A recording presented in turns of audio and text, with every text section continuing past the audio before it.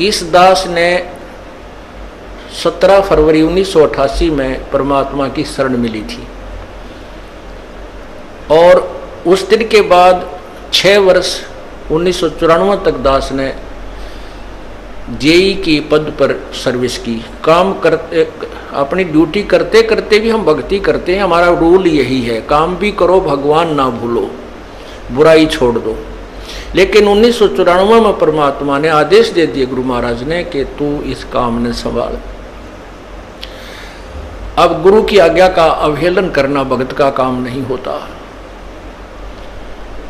जो गुरु वचन पर डट गए कट गए फंद 84 के। भाई जो गुरु वचन पर डट गए कट गए फंद 84 के। और उन्होंने अचानक मुझे बुलाकर पास बैठा लिया, कहने लगे आज से तू नाम दिया करेगा और जितने भी वर्तमान संगत थी सबको कह दिया और सबको बता देना कि जो इसको गुरु नहीं मानेगा वो मेरा कुछ नहीं होगा। मेरे पसीने आ गए कि मैं तो 2 कौड़ी का जीव, एक मजदूर आदमी, और परमात्मा ये इतना बड़ी जो है ना, इतना बड़ा जिम्मेवारी का काम। और उनके पुराने पुराने भक्त निरे थे, लाल कपड़े पहन कर बाबा जी भी बन रहे थे, उनके साथ रहा करते। उनको सबको निकाल दिया था उनकी त्रुटियां देख देख कर। हमने नहीं पता था कि हो रहा है, क्या इनका मालिक का उद्देश्य है। जब वो 104-5 साल की उम्र थी उस महापुरुष की, हमारे पूज्य गुरुदेव की, और कहा मैं तेरे साथ रहूंगा। और तीसरा शब्द एक दिन कहा था कि रामपाल तेरे सब बराबर संसार में संत नहीं होगा, पूरे विश्व में तेरे बराबर संत नहीं होगा। अब इस दास का और संत का के मेल था। हम तो भगत थे, दास थे, भगवान की भक्ति करते थे, अपनी नौकरी भी करते थे, बच्चे भी पालते थे। अब कहते हैं साध वचन पलटे नहीं, चाहे पलट जावा ब्रह्मंड, उनका वचन नहीं पलट सकता। उन्हें जो कह दिया सो कह दिया। तो वही ये फल गया। नहीं हमारी तो घर के ना सुने थे, शुरू में अकेला नाम ले रहा था। बालक भी तो बालक छोटे थे, वो तो घर जैसे कहूँ था मान जाए थे, उनकी माँ नहीं माने, फिर मेरे माता पिता नहीं माने। अगले भाई पुरानी लाग कुकर छोड़ना, बड़े साके में पा आया। फिर परमात्मा से अर्ज करी, धीरे धीरे वो समझन लागे। ना सुनते तो भी बोले जानता बावड़े की तरह। तो धीरे क्यों कान न कैसे बंद करेंगे वहाँ बैठे हुए। तो ये ऐसा निर्मल ज्ञान है, एक बार अंदर का सुबह कैसी सिरंज है, जानते काम करेगी दवाई। तो धीरे धीरे कान के माध्यम से ये दवाई भेजी जाती है। और आज देख लो रंग ला दिया परमात्मा ने। उस परम पिता पूज्य गुरुदेव जी की शब्द शक्ति से सब काम चल रहा है और कबीर परमेश्वर हमारे सिर पर रहते हैं। तो परमात्मा उस दिन के बाद सन 1995 में इतने 21 साल के बाद इतने पाठ हम घर घर पाठ किया करते थे। 3 दिन पाठ करते थे और 1 दिन पहले जाना पड़ता था। ये दास स्वयं सेवा करता था, घर घर जाके उनके सब जहाँ हमने पाठ करने का स्थान देखना होता था उसकी सफाई करते थे। कईयों का देख का कमरा होता बड़ा सा, उसी में पाठ भी करना, उसी में खाना भी बनाना, उसी में खाना भी उसी में, सोना भी उसी में। तो उस ढंग से अपनी सेटिंग कर लेते हम, इतनी जगह में पाठ कर लेंगे। तो मेरा जाना अति आवश्यक था उस समय, क्योंकि ये स्टार्ट था भक्ति का और स्टार्ट था इस 500 यज्ञ करने का। किसी को नहीं मालूम था, बच्चे थे सहयोग देने लगे। और धीरे धीरे फिर वो क्या हुआ कि इतने पाठ हो गए कि मुझे नौकरी, पहले तो क्या करता था, शुक्रवार को पाठ प्रारंभ किया। शुक्र शनि ड्यूटी करके सामने चले जाते बृहस्पतिवार को, शुक्रवार को रात में तैयारी करते, शुक्रवार को शनिवार को अब पाठ प्रारंभ करके अपनी नौकरी पर चला जाता, फिर शाम ना आ लेता। शनिवार इतवार की छुट्टी हो जाती, काम चल रहा था। वो हफ्ते में हुए, फिर होने लगे डेली। अब अफसर भी दुखी और मैं भी दुखी, तो फिर उस दिन रिजाइन कर दिया परमात्मा के नाम पर। 18 साल की नौकरी होगी थी मेरी। हालांकि कुछ और भी हमारे साथी कह रहे थे भाई अभी 2 साल और डट जाओ आपकी पेंशन बन जाएगी। वाह भैया पेंशन तो करा कितनी बार होगी। जो पेंशन ई बनेगी ना, या कद्दे नहीं बनी थी, या असंख्य जन्मों की पेंशन बन जाएगी।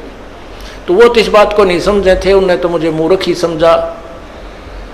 और दास की सौभाग्य था कि मुझे नौकरी या मजदूरी मिल गई भगवान की। और उसकी पुण्यात्माओं को दलदल से निकालने की। कहते आत्म प्राण उद्धार ही ऐसा धर्म नहीं, और धर्म तो और भी है, दान करते हैं, भूखों को भोजन देते हैं, असहाय की सहाय करते हैं, लेकिन जो आत्म प्राण उद्धारी ऐसा धर्म नहीं। और धर्म तो ये भी है जो गौशाला बना रखी है, धर्म वो भी है जो चिड़िया ऊपर चुग्गा डाल देते हो पशु पक्षियों को, वो भी विकलांगों के जो ऑपरेशन वगैरह कराए जा रहे हैं वो भी धर्म है, अनाथ आश्रम है वो भी धर्म है।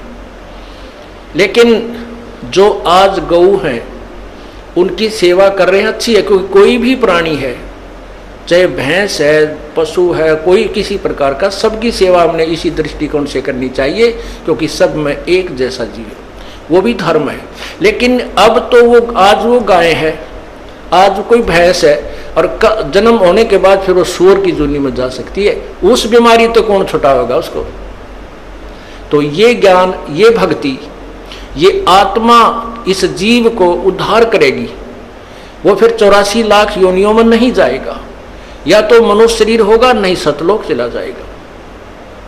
तो कहते हैं आत्म प्राण उद्धारी ऐसा धर्म नहीं। और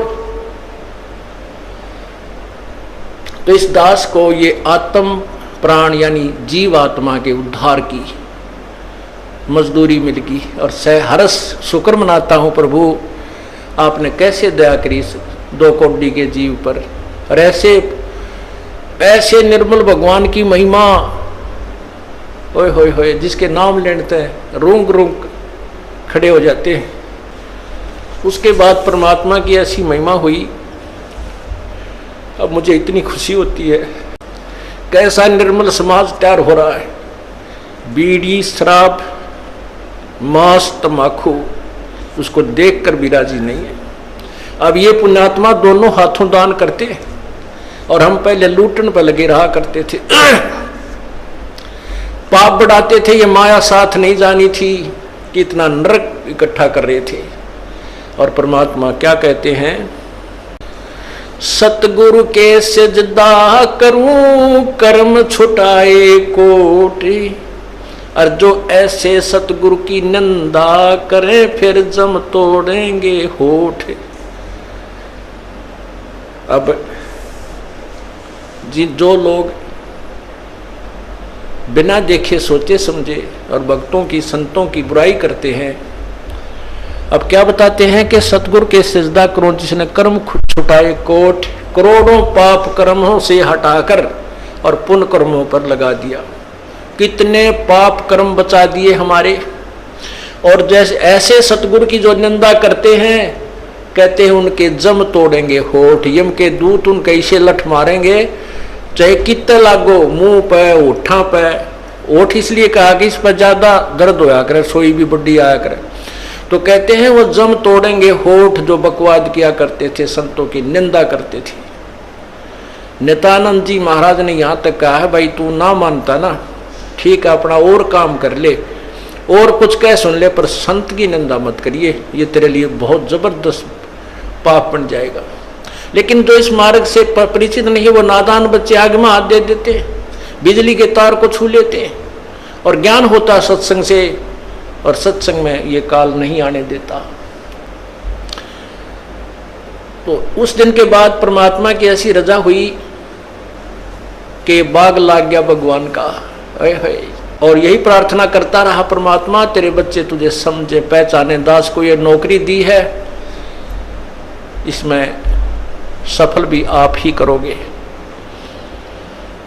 इन लोगों ने तो आपको भी नहीं बख्शा था, जब जिसमें आप यहाँ आए थे काशी में 120 वर्ष रह कर गए, सारा जीवन आपके पीछे पड़े रहे। उन दुष्ट आत्मा स्वार्थियों ने अपने स्वार्थ के लिए जनता को सत्य ज्ञान नहीं समझने दिया, और परमात्मा को बहुत यातनाएं दी गई। अब उनकी जो यातनाओं, उनके साथ जो हुए संघर्ष को देखकर इस दास का दिल डटा हुआ है कि हमारे साथ तो अभी कुछ भी ना हुआ है। जो उस परमात्मा के साथ कितना तेल के कढ़ाई में डाल दिए, कितना काट काट के घेर दिए, कितना कुएं में डाल के ऊपर तो डले ठोक दिए, और फिर भी डोके न पाए। वो तो समर्थ थे। और जनता कुछ नहीं बिगाड़ सकी और ना ही उनको समझ सकी।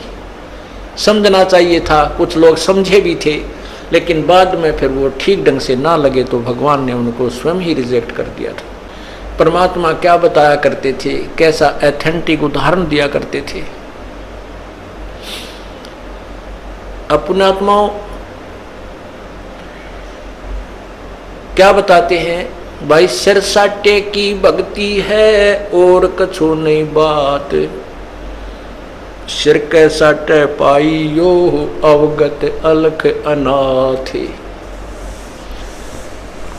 अब शीश कैसे देना है, शीश ये नहीं भाई काट के सिर चढ़ा दे भगवान के चरणों में, ऐसे नहीं। जैसे आपको परसों के सत्संग में सुना था कि गुरुदेव को समर्पण कर दिया जाए। समर्पण का अर्थ यह है कि जो आज्ञा दे वही की जाए, चाहे वो बुरा लग रहा है चाहे अच्छा लग रहा है, उसमें हमारा हित है, अति हित होता है। और संत क्या कहते हैं, भाई बीड़ी शराब मांस तम्बाकू ये मत पीना। संत कहते हैं चोरी जारी नहीं करना, डाके ना डालना, किसी की जेब ना काटना, ये महापाप है तेरे लिए। अपना करके खाना बेटा, भगवान भजना, इससे तेरा कल्याण होगा। और हम यही वचन नहीं मानेंगे तो फिर यहाँ स्कूल में आने की आवश्यकता क्या, इस विद्यालय में सत्संग में आने की आवश्यकता क्या। हम गलतियां भी गलती पे गलती करते रहे और फिर सत्संग में भी आ रहे हैं तो वो फेल हो जाएंगे विद्यार्थी, वो पास नहीं हो पाएंगे।